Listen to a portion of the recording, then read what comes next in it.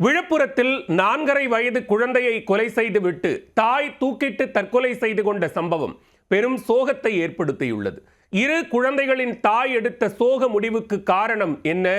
விசாரணையில் தெரிய வந்தது என்ன?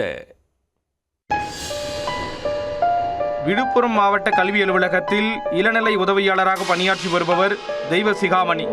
இவருடைய மனைவி வனிதா. இவர்களுக்கு 4.5 வயதில் சிவஅரசி என்ற குழந்தையும் 4 மாதங்களே ஆன கவியரசி என்கிற குழந்தையும் உள்ளது. கடந்த 3 நாட்களுக்கு முன் விஓ நகரில் வாடகை வீட்டில் தம்பதி இருவரும் குடியேறி உள்ளனர்.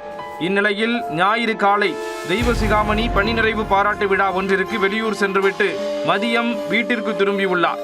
அப்போது வீட்டின் கதவு பூட்டப்பட்டிருந்ததால் அதிர்ச்சி அடைந்தார். கதவை பலமுறை தட்டியும் திறக்காததால் அதிர்ச்சி அடைந்த அவர் சுற்றுச்சுவரின் மீது ஏறி மேல் மாடிக்கு சென்று மற்றொரு கதவின் வழியாக வீட்டிற்குள் சென்று பார்த்தபோது அதிர்ச்சியில் உறைந்து போனார். அங்கு 4.5 வயது குழந்தை சிவஅரசி இறந்து கிடந்துள்ளது. வீட்டின் உள்ளே வனிதா தூக்கில் தொங்கியவாறு இருந்துள்ளார். 4 மாத கைக்குழந்தை மட்டும் மற்றொரு அறையில் உயிருடன் இருந்துள்ளது.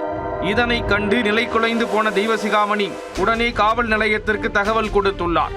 சம்பவ இடத்திற்கு விரைந்து வந்த விழுப்புரம் மேற்கு காவல் நிலைய போலீசார் உயிரிழந்த வனிதா மற்றும் குழந்தையின் சடலத்தை மீட்டு உடற்கூராய்வுக்காக விழுப்புரம் அரசு மருத்துவக் கல்லூரி மருத்துவமனைக்கு அனுப்பி வைத்தனர்.